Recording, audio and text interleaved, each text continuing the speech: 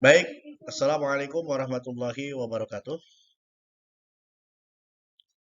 Anak-anakku sekalian, hari ini bertemu lagi dengan Pak Paru. Pada hari ini kita akan belajar tentang Home Learning PKN edisi 19 Oktober 2020 dengan tema keberagaman sosial budaya ekonomi masyarakat Indonesia. Jadi kita akan belajar melalui daring. Kalian nanti sebelum menonton ini, kalian harus nge-print dulu, mencetak print PPT yang Pak Paru berikan. Jangan lupa dari sebelum-sebelumnya nanti dijilid. Kemudian kalian dengarkan apa yang disampaikan Pak Paru pada hari ini tentang tema keberagaman budaya ekonomi masyarakat Indonesia. Baik, anak-anakku sekalian, kita akan mulai belajar kita pada hari ini. Mari kita bersama-sama untuk berdoa. Semoga belajar kita dalam keadaan lancar dan mudah-mudahan kalian menjadi anak yang pintar dan bisa memahami pelajaran. Berdoa dimulai. Berdoa selesai. Yang pertama kita akan membahas tentang Bhinneka Tunggal Ika. Mungkin kalian sudah tahu bahwa Bhinneka Tunggal Ika adalah merupakan moto dan semboyan bangsa Indonesia yang terdapat di dalam kaki burung Garuda. Ya. Kata ini berasal dari bahasa Jawa kuno yang artinya berbeda-beda tetapi tetap satu jua. Walaupun berbeda-beda suku, bangsa, agama, ras, tapi kita satu tujuan, yakni mencapai tujuan Indonesia yang makmur, Indonesia yang berdaulat, Indonesia yang bertabat menjadi negara yang maju. Kalau kita lihat dari secara etimologi, secara bahasa, ya, bahwa Bhinneka berarti ragam. Ya, kata neka berasal dari bahasa Sanskerta, berarti macam, dan menjadi pembentukan kata aneka dalam bahasa Indonesia. Kita tinggal berarti satu, tunggal ya, berarti satu. Kata ika berarti itu. Secara harfiah, secara huruf, secara etimologi bahwa Bhinneka Tunggal Ika diterjemahkan keanekaragaman satu itu. Ya, yang bermakna meskipun beraneka ragam, tetapi pada satu hakikatnya bangsa Indonesia tetap adalah satu kesatuan. Semboyan ini digunakan untuk menggambarkan persatuan dan kesatuan bangsa dan negara kesatuan Republik Indonesia yang terdiri atas beraneka ragam budaya, bahasa daerah, ras, suku bangsa, agama, dan kepercayaan. Kalimat ini merupakan kutipan dari sebuah kakawih Jawa kuno, ya, dalam kitab Suta Soma karangan Empu Tular, yaitu merupakan semasa kerajaan Majapahit. Kakawih ini istimewa karena mengajarkan toleransi antar umat Hindu dengan umat Buddha.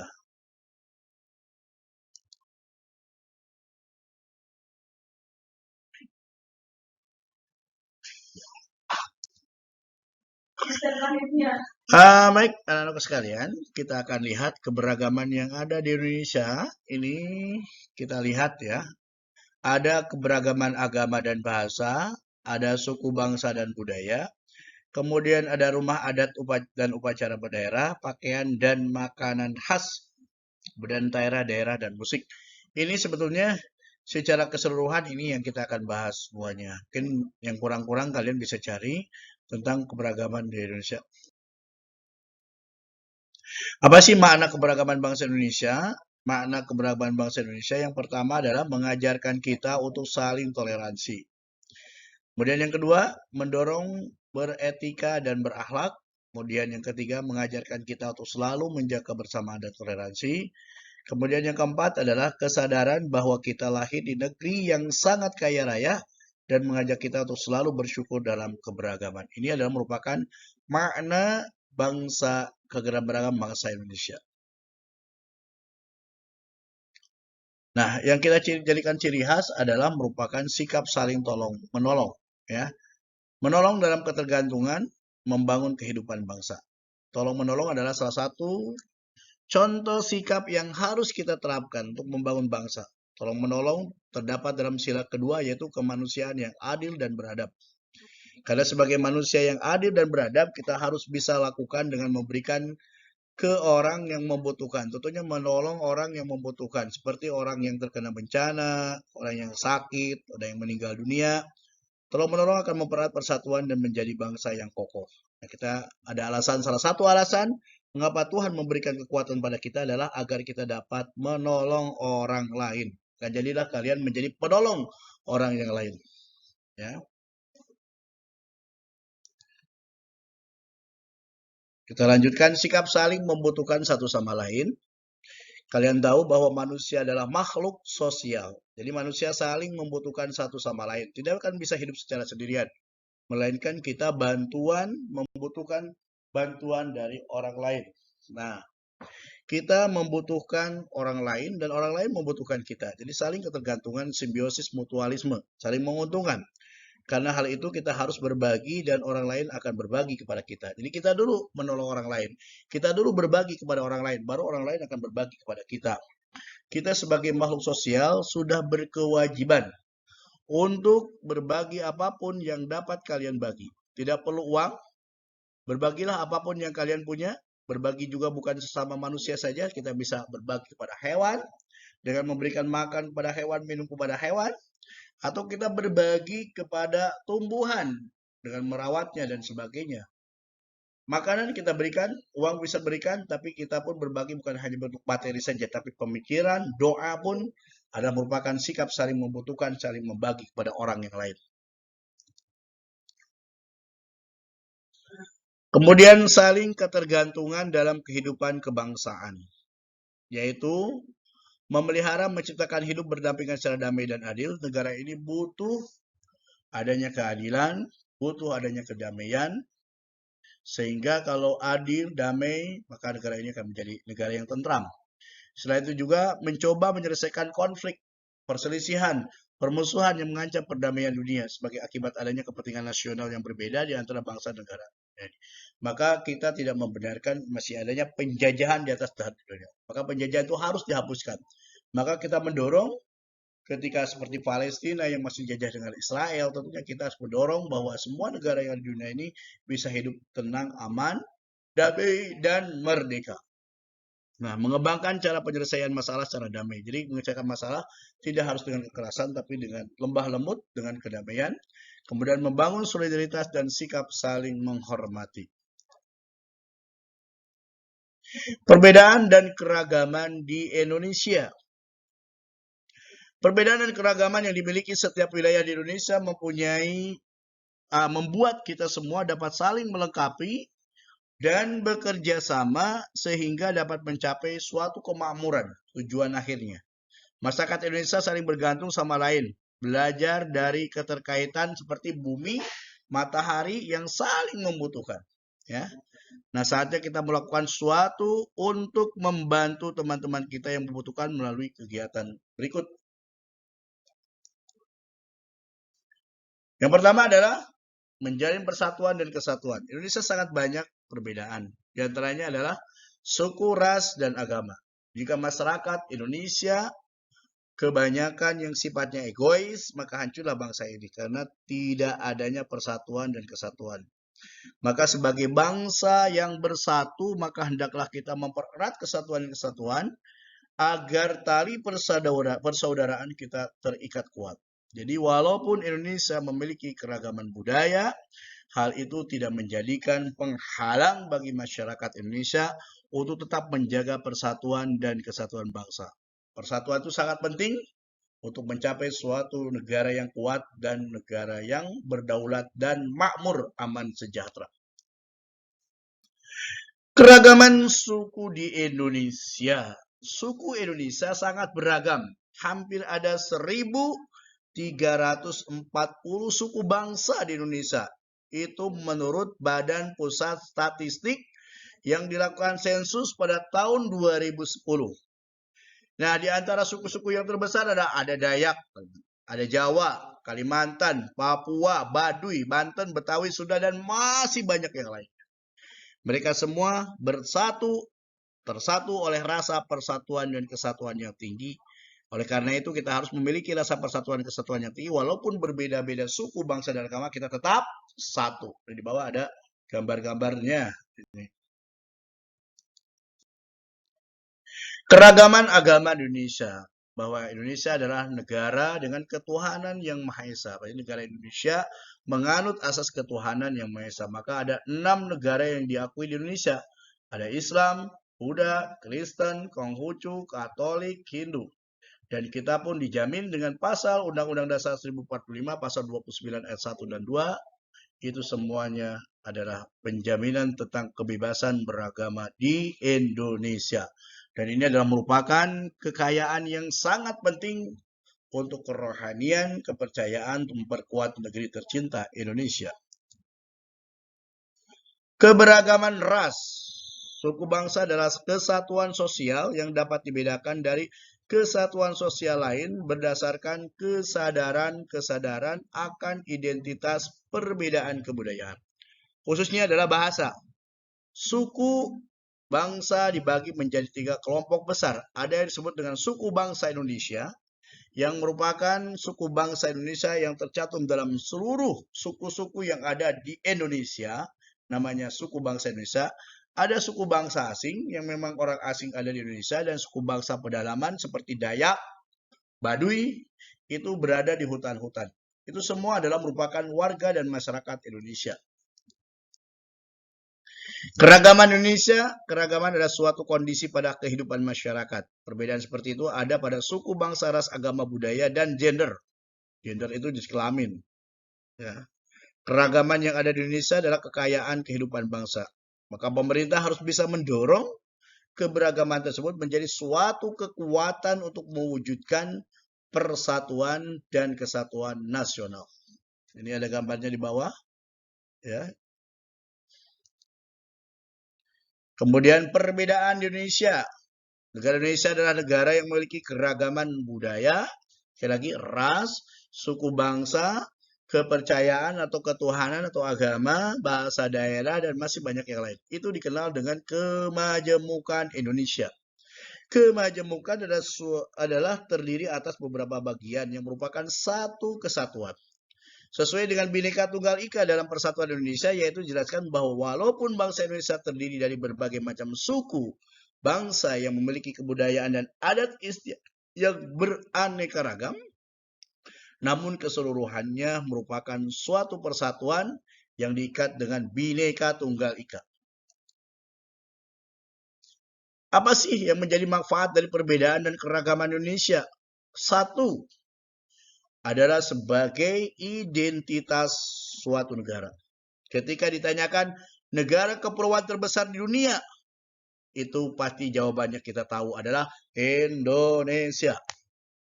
Adanya ribuan pulau di Indonesia menjadi alasan munculnya beragam pengertian budaya dari tiap-tiap daerah tersebut. Hal ini seperti menjadi ciri khas dari negara kita, sehingga ketika ada yang menanyakan negara mana yang kaya akan kebudayaan, maka kita sudah tahu dengan pasti jawabannya adalah Indonesia.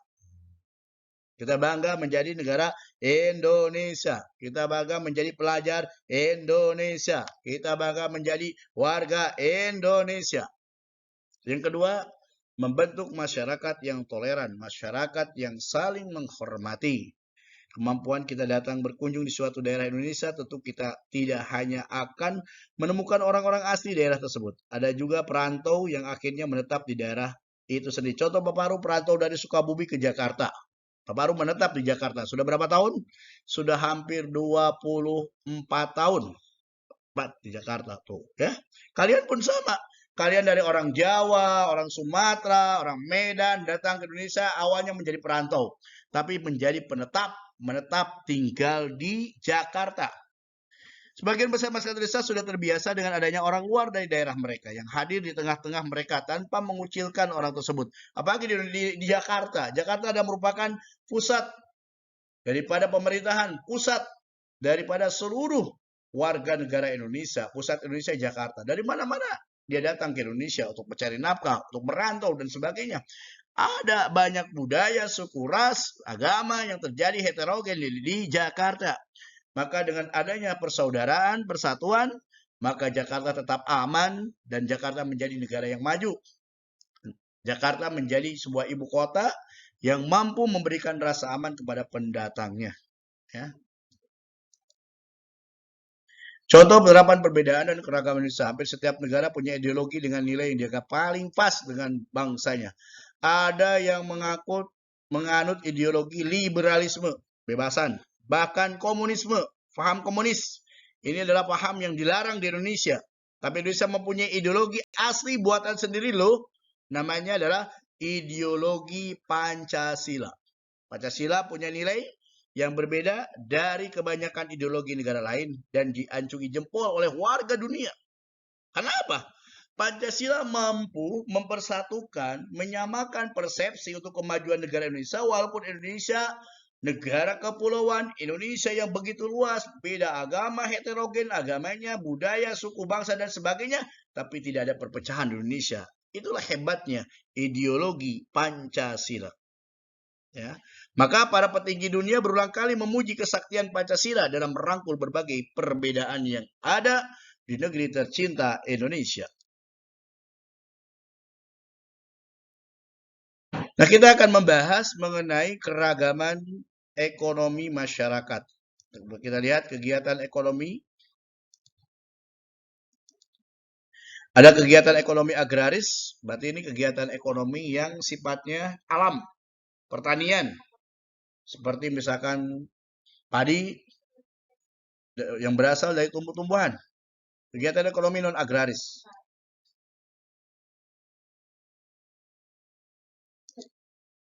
Kegiatan ekonomi agraris. Kegiatan ekonomi agraris yaitu kegiatan ekonomi yang dilakukan dengan memanfaatkan keadaan alam. Kita cukup mempunyai alam yang begitu luas, subur, makmur, sehingga orang mengatakan kalau kita berada di Indonesia, kita hanya menanam tongkat pun pasti akan jadi. Hebatnya Indonesia. Contohnya itu pada bidang pertanian, peternakan, perikanan, perkebunan, dan juga kehutanan. Biasanya kegiatan ekonomi agraris dilakukan di pedesaan. Karena apa?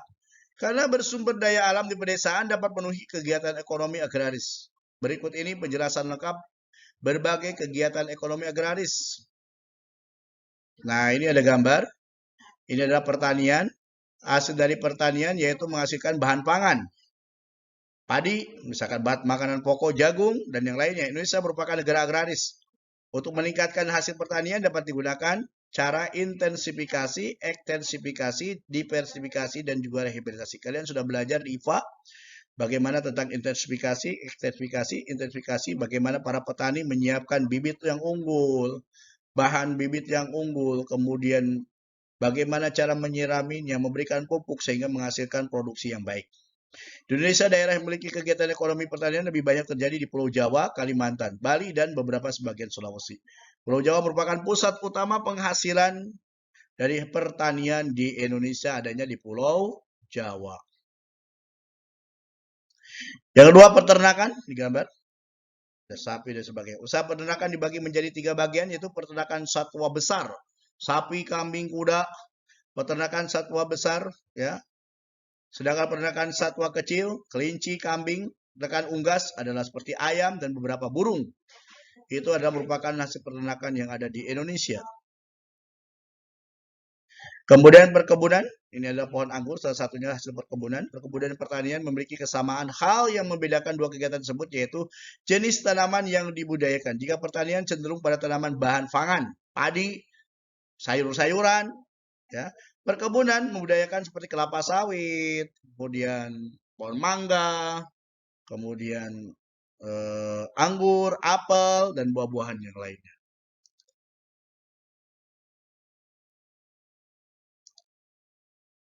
Perkebunan terbagi menjadi 2 jenis, yaitu perkebunan rakyat dan perkebunan besar. Perkebunan rakyat yaitu perkebunan yang mana langsung dikelola rakyat. Biasanya perkebunan-perkebunan di pedesaan yang memang dimiliki oleh rakyat. Tentunya ini tidak begitu besar dan tidak begitu luas. Tapi perkebunan besar dikelola oleh sebuah instansi pemerintah atau perusahaan-perusahaan. Seperti perkebunan sawit, perkebunan teh, dan yang lainnya.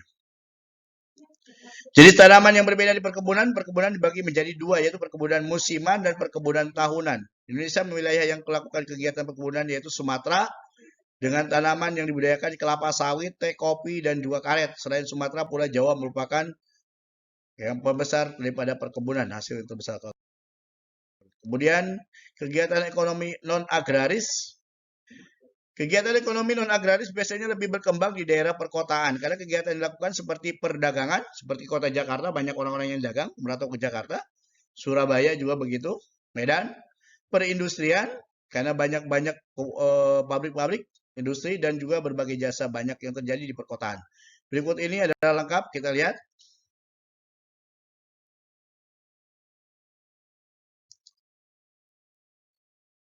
Perdagangan. Perdagangan yaitu kegiatan transaksi jual beli antara produsen kepada konsumen. Produsen adalah penghasil, konsumen adalah yang menikmati. Kegiatan ekonomi perdagangan itu menyediakan dan mendistribusikan berbagai barang yang dibutuhkan oleh masyarakat. Perdagangan salah satu faktor penentu perkembangan ekonomi Indonesia. Pusat perdagangan Indonesia biasanya terjadi di kota besar seperti Jakarta, Surabaya, Medan, ya. Kemudian adapun kegiatan perdagangan terbagi menjadi perdagangan besar dan perdagangan eceran. Perdagangan besar yaitu pedagang yang dilakukan dari pedagang-pedagang ini bersifat grosiran, perusahaan. Sedangkan perdagangan eceran itu kegiatan perdagangan yang dilakukan dari pedagang kepada seorang. Ini adalah biasanya pasar-pasar kecil, warung-warung rumah tangga.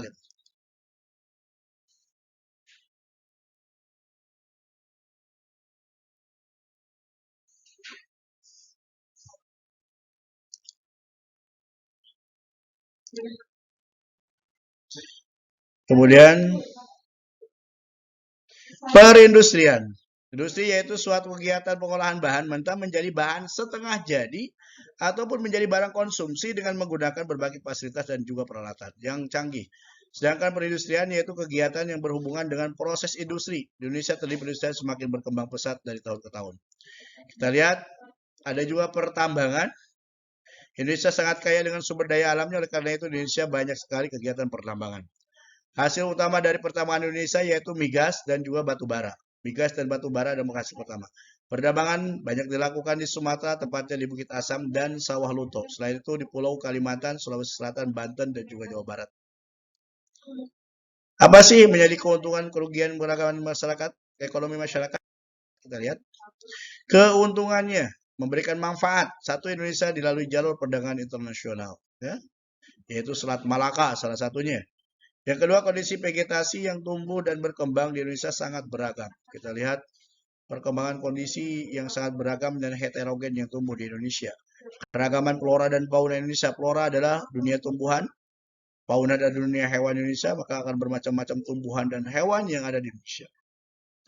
Kita terkenal dengan negara maritim, negara kelautan yang begitu luas, kekayaan lautnya sangat melimpah, tentunya akan menghasilkan salah satunya adalah ikan, terumbu karang, yang akan bisa menghasilkan rumput laut dan yang lainnya. Penambangan devisa negara, penghasilan negara sebagai pusat perekonomian dua benua terus ya, dan samudra. Memiliki jalur ekspor dan impor, ya, mempermudah hubungan dengan negara lain. Kerugiannya, dengan memudahnya perdagangan dari luar masuk ke Indonesia sebagai jalur lalu lintas, masyarakat dalam negeri sendiri malah lebih menyukai produk-produk dari luar negeri ketimbang produk dalam negeri, terutama masyarakat yang berpenghasilan negara ke atas. Harusnya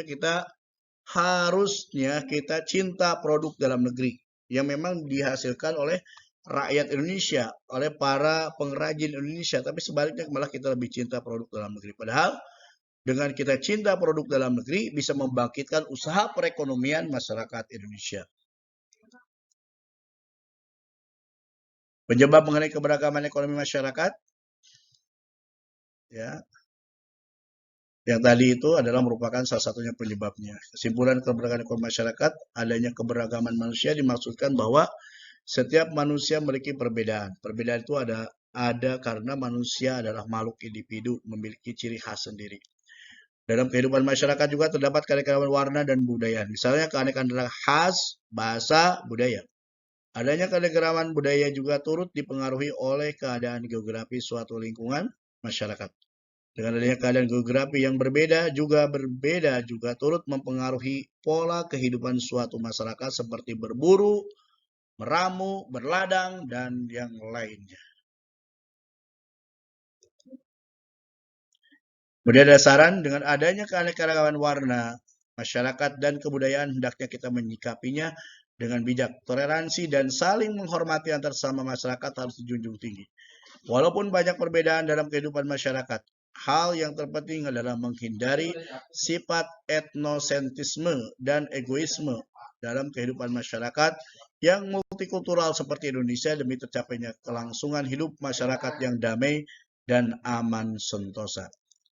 Anak-anakku sekalian, demikianlah penjelasan Bapak tentang keberagaman budaya, ras, suku bangsa, dan keragaman ekonomi sosial. Oleh karena itu, Bapak berharap bisa memahami apa yang Pak Baru berikan pada kalian. Jangan lupa kalian print PPT-nya, kemudian kalian nanti bisa tolong jangan lupa kalian tonton di Quest Paru Enjoy atau di Paru Enjoy.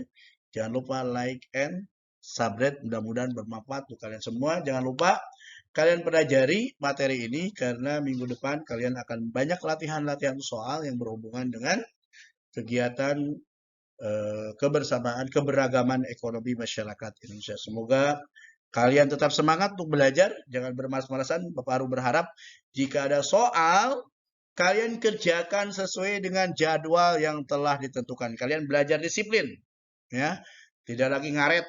Karena apabila kalian ngaret, Bapak Aru akan hubungi langsung. Ya, mudah-mudahan kalian tetap semangat untuk belajar. Jangan lupa belajar kelas 6, sebentar lagi kalian ujian.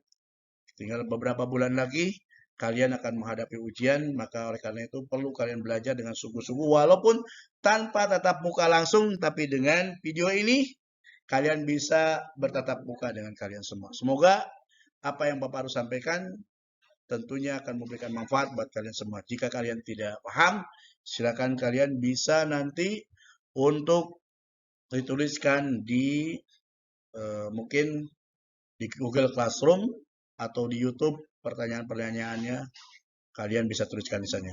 Oke, anak-anak sekalian, mari kita akhiri perjumpaan kita pada hari ini. Mudah-mudahan kalian bisa memahaminya. Mari kita tutup dengan berdoa sesuai dengan agama dan keyakinan masing-masing. Berdoa dipersilakan. Berdoa selesai. Terima kasih. Selamat belajar dan tetap semangat.